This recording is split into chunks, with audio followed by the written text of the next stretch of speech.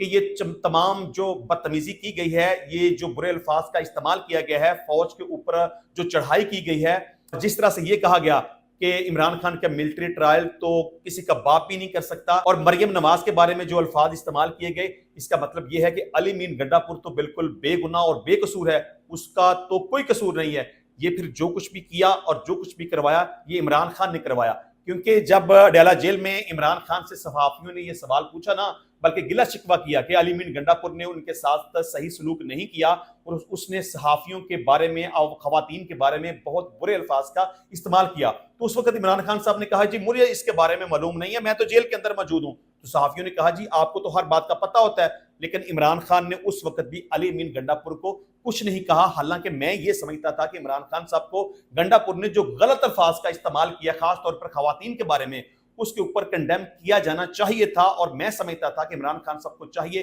کہ علی مین گنڈا پور کو کہیں کہ اس کے اوپر ایکسکیوز کرے اور معذرت کرے، لیکن معذرت کرنے والی بات تو اب ختم ہو گئی۔ خان صاحب تو کہتے ہیں کہ میں گنڈا پور کے ساتھ کھڑا ہوں، اس نے جو کچھ کہا عوامی توقعات کے مطابق اور عوامی خواہشات کے مطابق کہا، اور اس نے جو کچھ کہا وہ صحیح کہا، اور جو پاکستان تحریک انصاف کے لوگ اس کے اوپر ایکسکیوز کر رہے ہیں یا معافی مانگ رہے ہیں، ان کو بالکل بھی معافی مانگنے کی ضرورت نہیں ہے، وہ ڈرپوک ہیں، بزدل ہیں، ان کو پاکستان تحریک انصاف کو چھوڑ دینا چاہیے، اور اگر وہ خود نہیں چھوڑیں گے تو میں خود انہیں پارٹی سے باہر نکال دوں گا۔ تو اس کا مطلب یہ ہے کہ جتنی بھی یہ انتشار والی بات ہے یا بد امنی والی بات ہے یا لڑائی جھگڑے والی بات ہے یا اداروں سے ٹکراؤ والی بات ہے یا خواتین کے ساتھ بدتمیزی کرنے والی بات ہے، تو اس میں سب کو یہ کلیئر ہو جانا چاہیے کہ اس میں علی مین گنڈا پور کا کوئی قصور نہیں ہے۔ اس کو جیسے کہا گیا، اس کو جیسے ڈکٹیٹ کیا گیا، اس کو جیسے حکم صادر کیا گیا، اس نے ویسے ہی کیا۔ اب میرا خیال ہے علی مین گنڈا پور کے اوپر کسی کو تنقید نہیں کرنی چاہیے۔ اب اگر کسی نے کوئی تنقید کرنی ہے، ڈیبیٹ کرنی ہے، سوال پوچھنا ہے، تو وہ صرف اور صرف عمران خان سے پوچھنا چاہیے۔ اچھا، اس کے علاوہ فیصل ووڈا صاحب نے جو کہا تھا کہ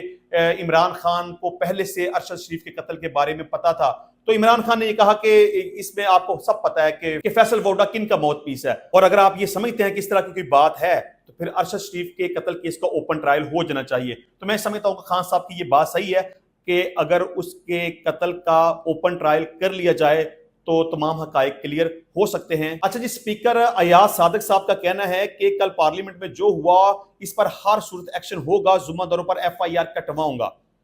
قومی اسمبلی کے اجلاس میں اراکین پارلیمنٹ نے گزشتہ رات کے واقعے پر بات کی، جس پر ایاز صادق نے کہا کہ کل رات پارلیمنٹ میں جو ہوا اس پر ایکشن لیں گے۔ ایاز صادق نے کہا کہ اس پر ہر صورت سٹینڈ لینا پڑے گا، نہ صرف سارے دروازوں کی بلکہ ہر جگہ کی ویڈیوز مانگی ہیں تاکہ جس پر ذمہ داری ڈالنا ہے ہم ڈالیں۔ اسپیکر کا کہنا تھا کہ اپنے آپ کو بدقسمت سمجھتا ہوں کہ 2014 میں ایک جماعت اور ان کے کزن نے پارلیمنٹ پر حملہ کیا تو اس کرسی پر تھا، اس لحاظ سے بدقسمت ہوں۔ وہ پہلا حملہ تھا، دوسرا حملہ مولانا صلاح الدین ایوب کمرے پر چھاپا پڑا، وہ بھی ہماری بدقسمتی تھی۔ انہوں نے مزید کہا کہ کل وہ جس طرح آئے ہیں ان پر ایکشن لیں گے، اس پر خاموش نہیں رہیں گے۔ 2014 میں نے خود مقدمہ درج کرایا تھا، آج بھی ایف آئی آر کٹوانا پڑی تو جن لوگوں نے یہ کیا ان پر ایف آئی آر کٹواؤں گا۔ تو بہرحال میں سمجھتا ہوں کہ یہ جو پارلیمنٹ کے اوپر حملہ کیا گیا، یہ جو مسلح نقاب پوش وہاں پہ گئے اور پاکستان تحریک انصاف کے ایم این ایز کو وہاں پہ جا کے گرفتار کیا گیا، پارلیمنٹ کا تقدس پامال کیا گیا، آپ کیا سمجھتے ہیں کہ یہ ایسے ہی وہ پولیس والے وہاں پہ آ گئے اور تمام لوگوں کو، پاکستان تحریک انصاف کے لوگوں کو پکڑ لیا؟ یہ ایاز صادق صاحب یہ کہتے ہیں نا کہ اس کے معاملے کی انکوائری کروں گا، میں نے ویڈیوز منگوا لی ہیں، میں ایف آئی آر کرواؤں گا، میں یہ کروں گا وہ کروں گا، یہ کچھ بھی نہیں کرے گا۔ ایاز صادق خود اس سارے معاملے میں ملوث ہے، اور یہ جو کچھ بھی ہوا ہے پارلیمنٹ کے اندر جا کے پولیس نے جس طرح سے پاکستان تحریک انصاف کے ایم این ایز کو پکڑا ہے، اس سارے معاملے کی تمام تر انفارمیشن ایاز صادق کے پاس پہلے سے موجود تھی، اور جو کچھ بھی ہوا ہے وہ ایاز صادق کی مرضی کے ساتھ اور اس کی اجازت کے ساتھ ہوا ہے۔ اچھا جی، اس کے علاوہ اسپیکر قومی اسمبلی نے پارلیمنٹ ہاؤس سے پاکستان تحریک انصاف کے رہنماؤں کی گرفتاریوں کو نوٹس لے لیا ہے۔ اسپیکر نے پروڈکشن آرڈر کے ذریعے آئی جی اسلام آباد کو تمام کارکنان کو رہا کرنے کا حکم دیا ہے۔ قومی اسمبلی کے اجلاس میں ایاز صادق نے کہا کہ کل رات پارلیمنٹ میں جو ہوا اس پر ایکشن لیں گے۔ وہ تو میں پہلے کہہ چکا ہوں کہ یہ ایکشن والی تو کوئی بات نہیں ہے، کیونکہ جو کچھ بھی ہوا ہے وہ ایاز صادق کی مرضی اور اجازت کے ساتھ ہوا ہے۔ لیکن بہرحال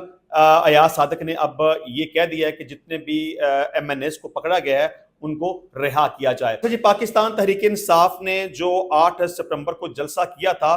اس حوالے سے کچھ مقدمات کا اندراج ہوا، کچھ گرفتاریاں بھی ہوئیں، لیکن اب مزید 3 مقدمات درج کر لیے گئے ہیں۔ پولیس نے پاکستان تحریک انصاف کی مرکزی قیادت کے خلاف تھانہ سنگجانی میں 3 مزید مقدمات درج کر لی ہیں، جس میں علی مین گنڈا پور بھی شامل ہے۔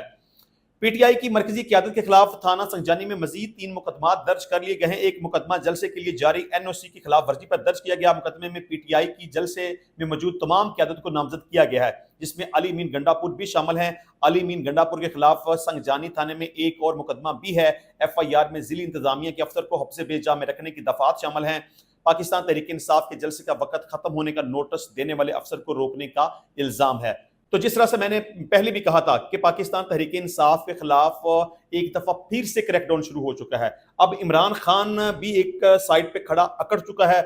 آپ یہ سمجھ لیں کہ اس نے بھی اعلان جنگ کر دیا ہے، پنجاب گورنمنٹ کی طرف سے بھی اعلان جنگ ہے، اسٹیبلشمنٹ کی طرف سے بھی اعلان جنگ ہے۔ اب ایک طرح سے عجیب صورتحال پیدا ہو چکی ہے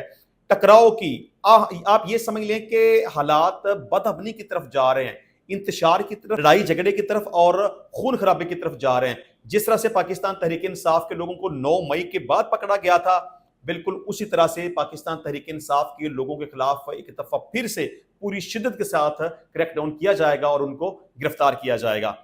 اچھا جی، اس کے علاوہ سپریم کورٹ ایکٹ 1997 میں ترمیم کا بل ایوان میں پیش کر دیا گیا۔ اس بل میں عدالت عظمیٰ میں ججز کی تعداد 17 سے بڑھا کر 23 کرنے کی تجویز ہے۔ یہ بل حکومتی رکن قومی اسمبلی دانیال چودھری نے پیش کیا، جس میں عدالت عظمیٰ میں ججز کی تعداد 17 سے بڑھا کر 23 کرنے کی تجویز ہے۔ یہ بات بہت دنوں سے چل رہی ہے کہ حکومت اب اس کوشش میں لگی ہوئی ہے کہ سپریم کورٹ میں ججز کی تعداد کو بڑھا دیا جائے۔ پہلے ججز کی تعداد 17 تھی، لیکن اب حکومت چاہتی ہے کہ یہ تعداد بڑھا کر 23 کر دی جائے۔ بظاہر تو یہ کہا جا رہا ہے نا کہ کیسز کی تعداد بہت زیادہ ہے، اس لیے ججز کی تعداد کو بڑھایا جا رہا ہے تاکہ کیسز جلدی نپٹائے جا سکیں۔ یہ خیال ان کو پہلے نہیں آیا، لیکن حکومت کو اس بات کا پتہ ہے کہ سپریم کورٹ میں ان کی فیور کے ججز کی تعداد کم ہے، لہٰذا وہ اس لیے ججز کی تعداد بڑھانا چاہتے ہیں تاکہ ان کی فیور میں ججز کی تعداد میں اضافہ ہو سکے۔ تو آئی تھنک سو یہ بل جو پیش کیا گیا ہے یہ منظور بھی ہو جائے گا، اور حکومت اس کے ساتھ ساتھ ججز کی مدت ملازمت میں توسیع بھی کرنا چاہتی ہے، مطلب کہ ان کی ریٹائرمنٹ کی عمر کو بڑھانا چاہتی ہے۔